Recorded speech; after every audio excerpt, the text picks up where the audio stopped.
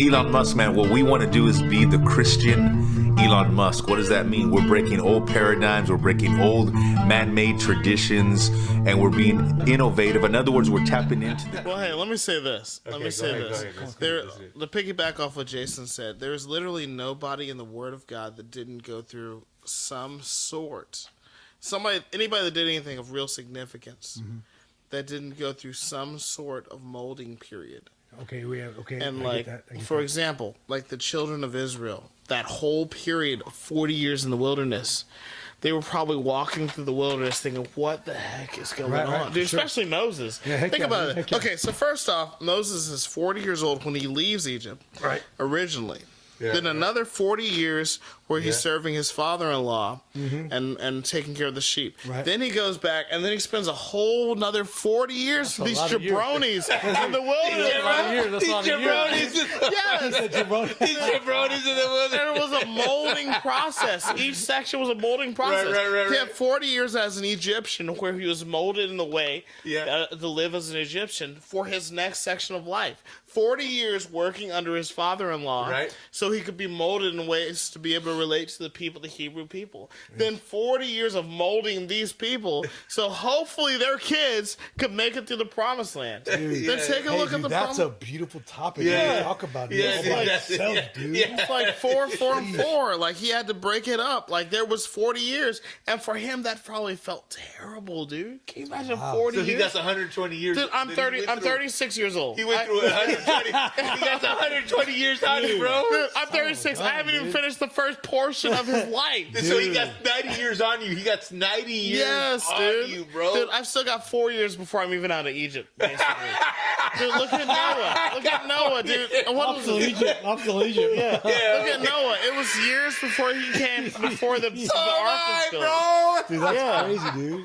Yeah, dude. So, like, all these people went through years of preparation. Right. Years of trial. And when you read it, it seems like it's just quick. But, reality is like... For them, they were sitting in it, dude. And that's kind of what I was saying earlier. Like, we read the Bible, and it's like we exist outside of time. Because we read a chapter, and we're done, with 20, 30 years. They're sitting in it in that moment. Yeah. Like the time period from the Old Testament to the New Testament. There was a long period of time. Like 3,000 years or something. I think it was 400. I think it was 400 years, I believe. Yeah. From what's that? From Malachi to Matthew. Yeah, 400 years of silence too. Yeah. So think about that. Yes, that's ridiculous. Gotta be a crazy. Think about was it Jacob? Was it Jacob or was it Israel? Jacob and Laban. Was it Jacob?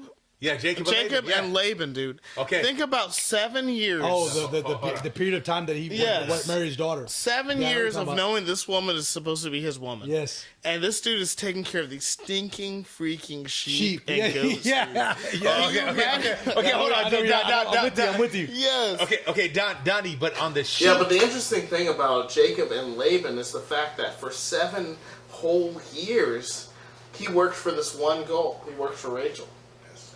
And at the end of the 7 years, can you imagine how frustrating that must have been?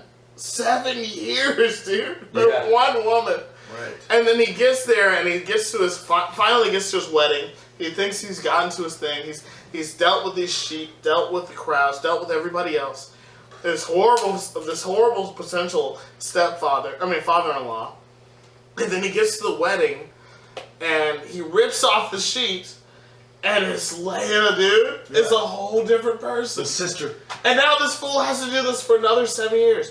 Think about how frustrating that had to be to operate within that time. Mm-hmm. Right. And yet when we, let me lean over and pick up this Bible. When we pick up this word and we read it in our morning Bible study. It's over in 5 minutes. We travel 14 years in a matter of seconds. Mm-hmm. Right. Okay, I'm with you. And it's incredible to think about how the time that we experience is experienced just like that by God. Mm-hmm. Right, yes. And the people throughout the Word of God, and I think a lot of it ties back into this particular people we're dealing with and talking about.